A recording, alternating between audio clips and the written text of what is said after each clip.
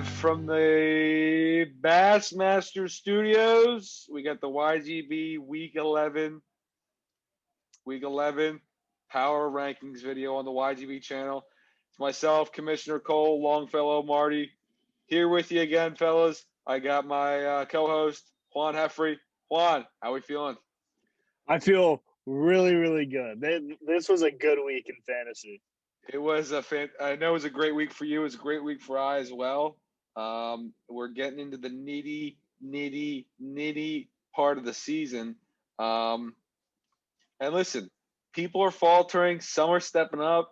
You can see, boys are becoming men.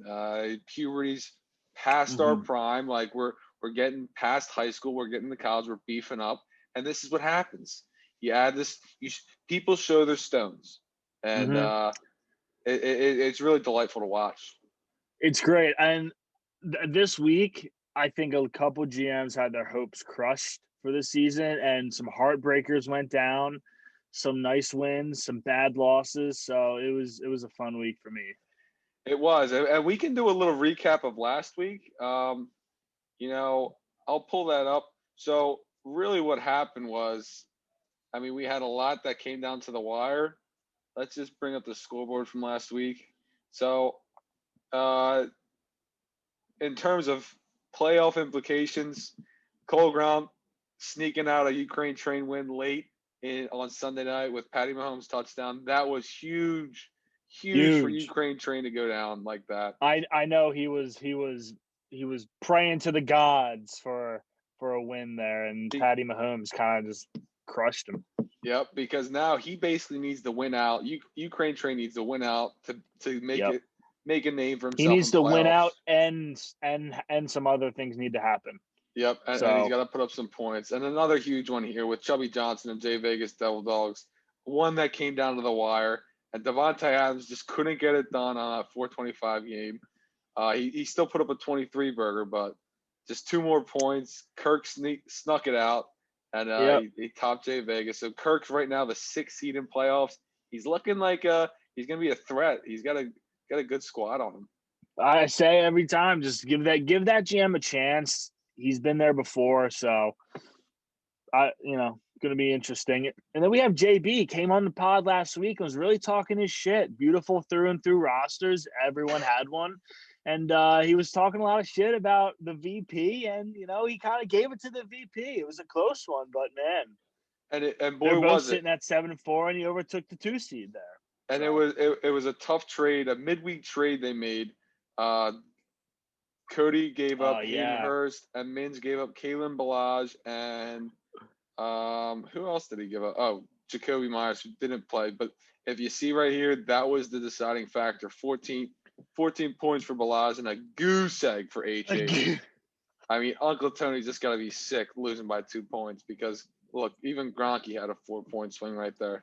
He's just got to be sick to his stomach. You can make the most moves in the league, and you can screw yourself with a move like this. He got excited to make another deal. It's crazy to make a deal with the team you're playing with that week. He did it, and it screwed him. So Uncle Tony can only blame himself for this one. My internet's going absolutely wacko. And then let's see. We had El Dope Man knock off Brucey's time to shine with a 2 QB roster he's got. Let's hear it. Now, let me tell you something. If you can play 2 quarterbacks, you should never lose. You should never lose. The only exception is when you go up against the 3-time, and he puts up an absolute beautiful week, as Cody would say. He had a fucking quarterback in his tight end slot. What's going on? ESPN is nuts.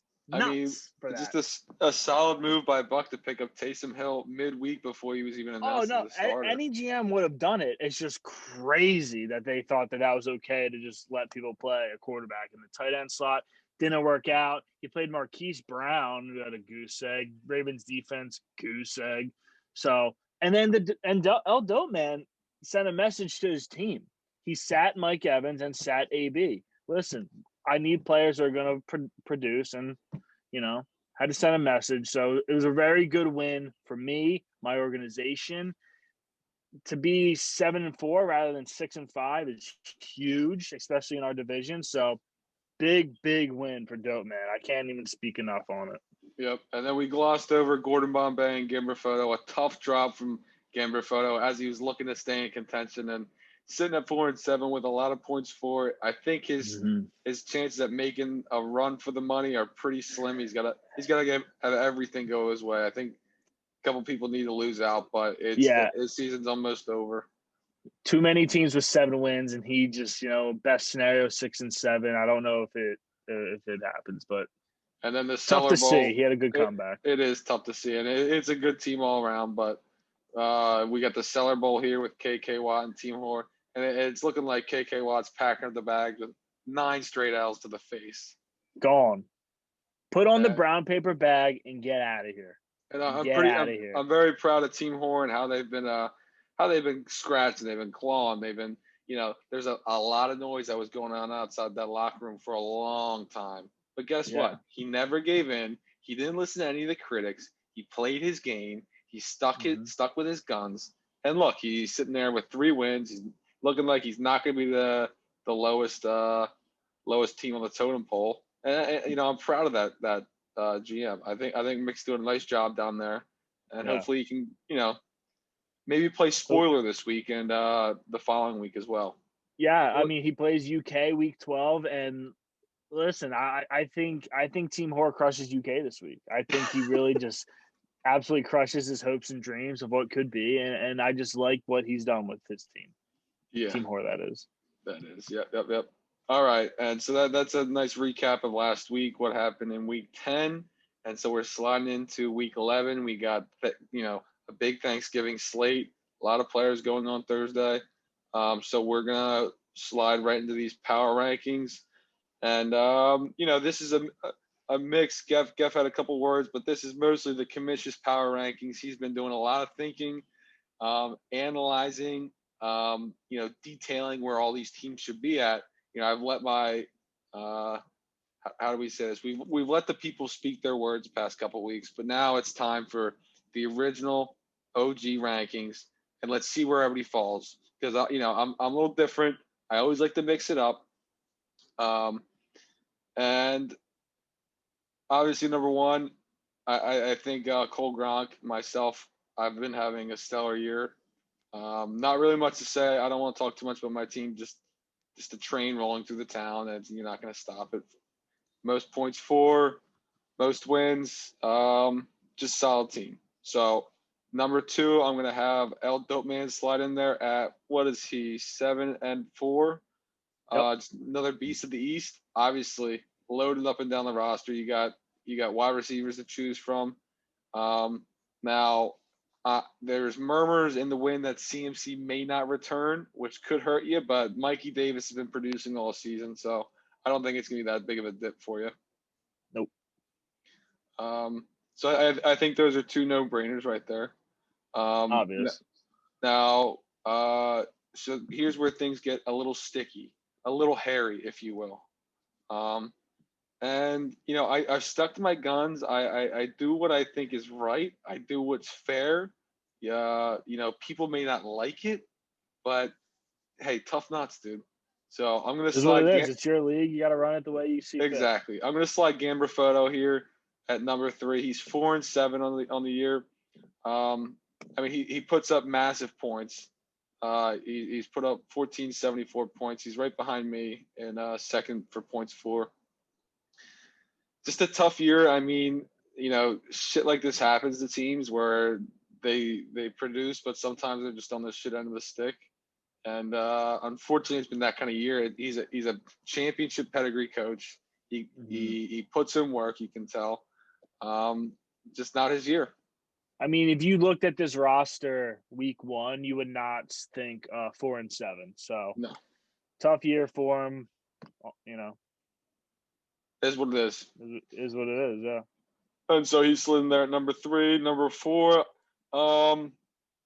number 4, I'm gonna have little Chubby Johnson's here. Looking over it, I think overall Kirky here. Kirky is even with he's played with a lot of injuries this year. George Kittle being out hurts him. AJ Brown was out a couple times this year. Right. DeAndre Swift, Julio Jones, like he's always juggling the lineup, but he just finds a way to put some points up. Nick Chubb was out for a while this year too. I mean, he puts up points, he puts up numbers. I think he's a solid GM, and I love what he does with this ball club. Yeah, couldn't agree more. I think this is a very fair ranking for Chubby J. So Chubby J in there at number 4. Number 5, we got JB and the CFNs. The loudmouth last week, Cody was on the podcast yapping about his team, yapping nonstop. Hooting and hollering. Dude. I mean, it's beautiful. It's beautiful. I Yada don't, yada. I don't know if we even got one word in while he was talking. I don't think so, dude. We just let him run with it. We just let him run. Hey, I mean, the ratings were high. People love to hear what JB had to say, and I can't fault him for that. But must-see television last week was. It was, and sometimes you slip a couple people some drinks, they loosen up, you start feeling good. I think that's what happened with Cody. One too many glasses of wine. I'd say one too little glasses of wine. Maybe one more glass of wine would have helped him. Give me more, yeah. But yeah, I mean, I think it's fair ranking for him. He's sneaking in at the 2 seed right now for playoffs. But obviously, he's been dealing with a lot of injuries as well this year, and he's managed pretty well. And I will say this about Cody. I mean, talk about a turnaround for a GM. What used to be a laughing stock, right? Laughing stock. Easy win. You played Cody, it's a win. Exactly. Like throughout college, it was always like, is he even alive? Like, what's he doing down there? Is he hung from a palm tree? Is he drinking from coconut juice? Like, what's he doing down there? You just never know. I mean, he's probably doing. I don't know what he was doing, but now he's. I think past 2 years, maybe in 3 years, he solidified himself as a good standing member of the YGB. He promotes, fair physical football, and that's what we want, right? That's what we want. The integrity of the league, and he's become a respectable GM. Now the whole, dealings with trades with him can get sketchy, and that's bench never players changed. For your starters. That's never gonna change. But as for the effort he puts in, respectable GM. Couldn't said it better myself. All right, so JB slid in there at number 4. Number 5, we got Brucey's time to shine. Bucky Old Johnson, he took a tough L this week, but again, you don't hear from him much, but he's silently grinding. Hey, we weren't there with him when he was shooting in the gym. We weren't there when he was putting in the work. The guy he's a silent assassin. Love what he does. And Brucey, again, he's always in the mix. Hopefully he just happens to be part of our division, and it's tough for him to get out. So yeah, and he's got some backs on him. I know we've said it all year long, but he's got the November backs on him. Derrick Henry could carry him to a championship if he just starts getting hot. And so Brucey, I think that's a nice placement at number 5 for Brucey. Right. Yeah, I think it's fair. All right. Number 5, we have Brucey. Number 6, let's go to Uncle Tony. So Uncle Tony, this fucking team, man. I'm in a little bit of a pickle with Uncle Tony. Everybody likes to rip on Minge, and I know we ripped on him a little bit earlier in this podcast, but when a fantasy manager sits on his hands too long, his team could just dwindle down to nothing. But then when a fantasy manager is too quick to make moves, you can rip on him. See, I'm at this point with Uncle T. He makes good moves. He also makes not good moves. Right. I ultimately have faith in him. I think he is a good GM. I think he knows what he's doing. He likes what he likes. And he's always been in playoff contention. He's at the 7-4 marker. If he keeps sliding a little bit, what's he? He's on a 1 game. He lost 1. He dropped 1. But I mean, Uncle T, he just he finds ways to get to 7-6, 6-7. Yeah, I mean, he's destined to be right there. Yeah. And the one knock I'm going to have, to your point about making moves, is I'm starting to question his ability to just analyze talent. So making quick moves. So I think he's hurting himself. I think he will make it in the playoffs. I think he's gonna catch one here, go to 8-4, and go on. But I think he needs to ease up on the dealings. I think he went a little gun happy here. I like when he's gun happy. I think it adds a nice flair to the league. And when I look at this team, I don't see that there's enough firepower to, there's enough players to just like I know Keenan Allen had a great week this week, but I don't think he can do that each week. I just don't see the firepower there to carry him to the championship. Right, but do you think he gets in? Think he gets in the playoffs? I think he gets in. Yeah. It's gonna be close. It really is this year. I think Uncle Tony will get in. I think he'll because all he really needs to do is win one more, and I think I think he'll finish around 8-5. I think he'll get just one more to sneak him in. So I like him. So Uncle T was at 6. Number 7, we have. Who do we have at number 7? We had, I believe we had Cole. We had. Sorry, I didn't write these down. Wow. Dope Man, Chubby J, JB. Oh no, I had. I think we swapped the two. Yeah, I had Cole. I had Geff. I had Gabe. I had JB. Or did I have Chubby? No, it was 5. you, me, Gabe, JB, Chubby. We went to Brucey, but it was supposed to be Uncle T. So you swapped Uncle T and Brucey, but Jay Vegas is up next. Jay Vegas is up next. That's what I was thinking. So was it Jay Vegas at 8? Yeah, 7? At 8. Yeah, man. Long night. What time is it? It's like 10 o'clock. It's 8. It's 8. Long day. Johnny Vegas Jay coming Vegas in at 8. So he's just getting off deployment, so he'll be able to watch this with his family for Turkey Day, thankfully. I'm happy Shane's home. He was at, I think it was a month and a half, 2-month training. Right. So let's talk about this team. Let's talk about it because, he's really going to get to watch this one. This is a GM that always cries rules aren't fair, this or that. But, I kind of feel for this GM. He's just coming up short the last few weeks, and he's right on the cusp of that playoff berth that he's been looking for. He's been looking for it. I just, couple tough losses, and I just don't think he sneaks in this year. I feel for the guy. I really do. So I feel like it's almost every year with Jay Vegas. It's the same mantra we have. It's like he's always got a solid lineup, but for some reason he just can't get it done. Like he gets it done, but he doesn't get enough done. Maybe it's the lack of making moves in season, or is it the lack of, the draft preparation when you're taking the Steelers at 10, where there's still other good players on the board that will help the team. It's like he has an eye for talent, and I don't know. I can't put my finger on it where he goes wrong. I can tell you where he went wrong one time this year. He traded away Cooper Kupp, who has been proving to be an absolute just PPR machine. So that doesn't help him. So his running back situation is tough. I mean, he's got Le'Veon Bell and Duke Johnson in there right now. I don't know. It's tough. It really is. I just don't think – I think it all stems from the draft and where he took talent in which spots. But I really feel for this GM. I do. Because, I mean, I know we discussed about it a little bit last week was he had the big 3 wide receiver. He has DeAndre Hopkins and Devontae Adams. I mean, what a steal that was, the Devontae Adams trade was. I mean, he robbed Uncle T blind. Yeah, he did. He's always so close. I think he said something where he's dropped 5 all 5 of his games were single digits, right? Single digits. It's like he's always so close. He's on the cusp. I just don't know what else he can do to get it done.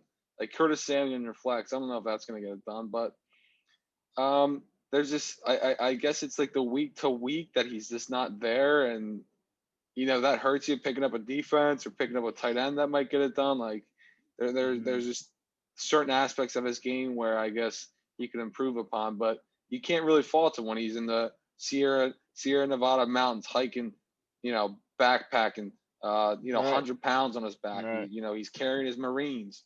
They're up there shooting the shit. They're shooting targets. They might be eating packets of spaceman. I don't know what the hell they eat up there. Like, is there enough food for him? Maybe he's depleted of all his nutrients. I don't know what's going on, but maybe it's something in his brain. Mm-hmm. Who knows? But this guy, he's so close. I really do. I hope he squeaks in. I root for Jay Vegas, It's and gonna be tough. it It's gonna is. be tough. Hopefully he can squeak a couple wins out and sneak in there. So wraps up for Jay. Johnny Vegas, Devil Dog, you old Devil Dog. So number 9, we'll go to Ukraine Train. And another team you just feel for. But do we feel for? I mean, I don't. You know, we talked about this earlier. He had an absolute heartbreaker with Patty Mahomes just crushing his soul. You know, he needed that win. Sitting at 5-6, under 500 in the East Division is not. The destiny is out of your hands right now. You need to win out, and you need things to happen. So I feel for him a little bit in that regard that he's in our division. I mean, I like his roster. It's just he's just coming up short. And I don't know, man. I thought this was going to be a good year for UK, and I've been proved otherwise. You know, he made a couple moves. It's helped him out, but it's also hurt him. I think ultimately, can he squeak in there at 5-6? I just don't see it happen. Besides Kyler Murray, there's not really. I guess Tyler Lockett could go off for a 50 burger, but you can't always count on that. Right.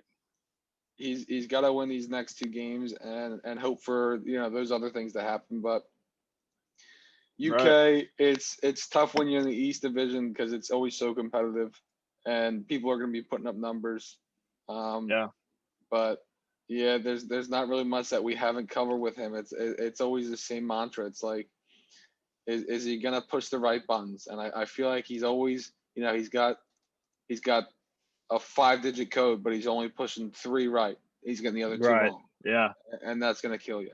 That's going to kill you. Right. The team's just not clicking on all cylinders, and the day it does, it's going to be something. But right now, just 2 minutes too late. Exactly. And so we'll go on to number 10. I have Team Horror up here at number 10. Proud of this guy, Mick, Dr. Horror. He's put the noise behind him. The locker room has strung together 2 wins, arguably the hottest team in the YGB Fantasy Football League right now. Team Horror. You just got to respect what he's doing, right? Have to. I mean, from what went down and what's transpired throughout the season, he's been in a couple scandal type situations that he got. He kept his head down, kept his fucking nose to the dirt, and just 3-8. I said he wasn't going to win a game. Look at him now. Look at him now. I think everybody in this league was laughing at him. He was the joke of the league, and now he's playing heartbreaker for a lot of teams. And it just goes to show what can happen in a year of fantasy. Anything can happen. Yep. Sometimes the dice will roll your way, and you'll squeak a couple wins out and get you out of the cellar. And that's where Team Horror's at right now. And hey, nothing but tip the cap to him because proud of him. He's doing what he needs to do.